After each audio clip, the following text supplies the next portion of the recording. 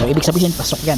Yan ang bracket na yan. So kailangan ayusin natin to. So katulad ng sinabi ko, okay na yung blend.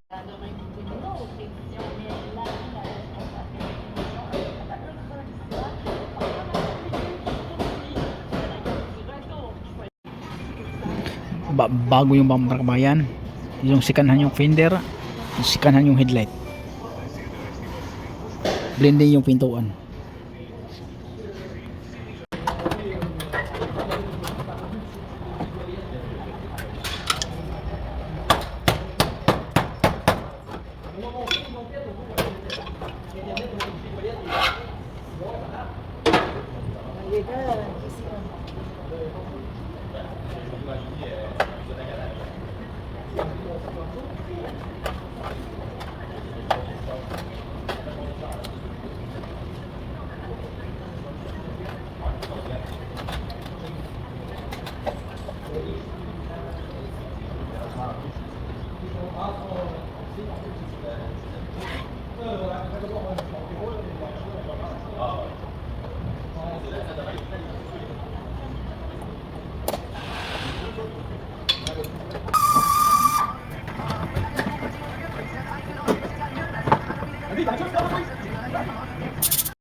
Ito kabayan, pumasok to, paluin lang natin to palabas. Taka ito din, na-bend din to siya, oh.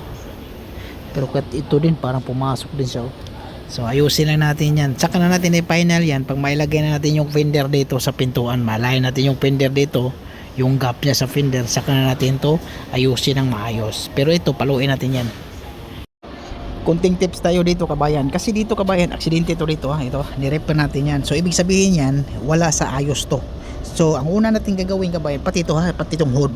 So isitin natin yung hood, saka na unahin natin to dito. Yan, ilagay natin yung tornilyo dito, dito tornilyo dito, saka dito sa baba. So ibig sabihin yung pintuan saka ito okay na. So ang ating isipin natin ngayon, yung hood muna. So ito, so yung tornilyo nito hindi sa ayos to. So parang ito, yan, okay na yan. Tapos ilagay natin yung hood. Paglagay natin ng hood, saka na tayo mag-ayos dito. Itong tornilyo na to. So kailangan nakatornilyo ito dito sa bracket. Ito pasok kasi ito, kasi nire-repair natin ng nakaraan. Tapos hindi pa naayos, hindi pa tayo nag-final kasi wala pang fender, eh. Kasi yung fender to basag, eh. So ito yung fender, oh. Yan, oh. Yan, oh. So ibig sabihin pasok yan. Yan ang bracket na yan. So kailangan ayusin natin to. So katulad ng sinabi ko, okay na yung doon. Tapos yung ilagay natin tornilyo dito, tapos ilagay natin yung hood. Pag okay na yung hood, dito na tayo mag-focus. Ito, malayo ito sa kabayan, ha. Yan, oh. Yan ang technique kabayan para hindi ka mahirapan. So ibig sabihin pag okay na yung hood, pakita dito, ilagay natin yung ilaw. Pagkatapos ng ilaw, yung bracket dito sa bumper, ibig sabihin okay na yan, walang problema na yan. Ganun ang technique kabayan para mas madali at hindi ka mahirapan. Unahin mo buta dito.